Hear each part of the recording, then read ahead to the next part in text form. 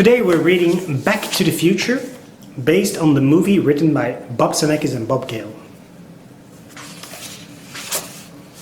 This is Marty McFly. It is 1985 and Marty lives in a town called Hill Valley. Hill Valley is a friendly town with a courthouse that's famous because of its broken clock. The clock stopped 30 years ago after it was struck by lightning. Today the people of Hill Valley want to make sure the clock is preserved. Marty's best friend is a scientist named Doc Emmett Brown. Marty calls him Doc. Doc is always making cool inventions like an automatic dog food feeder and a giant guitar amplifier. But Marty's life at home is not so cool. Marty's parents, George and Lorraine, don't seem to love each other. His brother Dave and his sister Linda are always arguing. And George has a mean boss named Biff Tannen. Biff is a bully. He always pushes George around and makes him do extra work. Marty wishes his father would stand up to Biff, but George doesn't have the courage. One night, Doc reveals his newest invention to Marty. He's built a time machine in a car. The way I see it, Doc explains, if you're gonna build a time machine into a car, why not do it with some style? The time machine uses a special fuel called plutonium. When Marty test drove the time machine, he accidentally time traveled to 1955, 30 years earlier. It was long before the mall had been built and before the time machine had been invented. Marty knew he had to get home, so he hid the time machine and went to search for young Doc Brown. Hopefully the time machine's inventor could help him get back to the future. Marty discovered that Hill Valley looked very different in 1955. The cars looked different, the clothes looked different, but the clock was working fine because it was still 1 week before the lightning bolt would strike it. Before Marty could find young Doc Brown, he found his parents at a soda shop. In 1955, George and Lorraine were teenagers, just like Marty. And that bully Biff was still pushing poor George around and making him do his homework.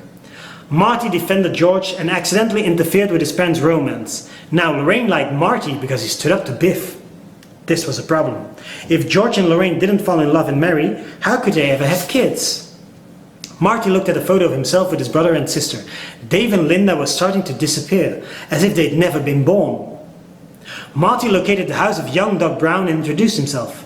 My name is Marty, and I'm from the future. I came here in a time machine that you invented, and now I need 1.21 gigawatts of electricity to get back to the year 1985.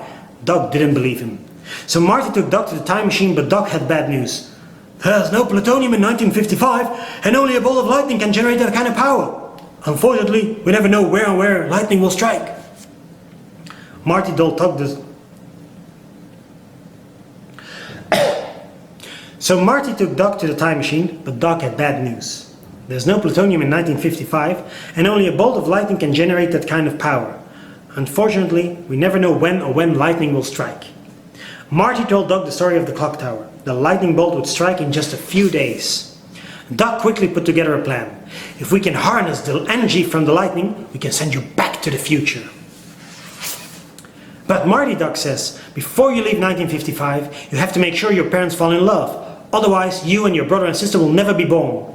Marty spent the next few days trying to make his parents fall in love. Marty begged George to invite Lorraine to the school dance. Though George liked Lorraine, he was too shy to ask her.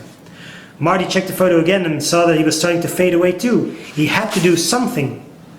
Marty remembered that his father liked science fiction. So that night, Marty sneaked into George's bedroom dressed like an alien. I am Darth Vader from planet Vulcan, Marty said. If you don't invite Lorraine to the school dance, I will melt your brain. The trick worked. George found the courage to speak to Lorraine. But Marty knew he'd also have to teach George to find the courage to stand up for himself. Things worked out perfectly. George liked Lorraine so much that he stood up to her. Things worked out perfectly. George liked Lorraine so much that he stood up for her to protect her from Biff. And that night, George and Lorraine danced, kissed and fell in love. Marty's plan worked. And just in time too, because that very night lightning was going to strike the clock tower.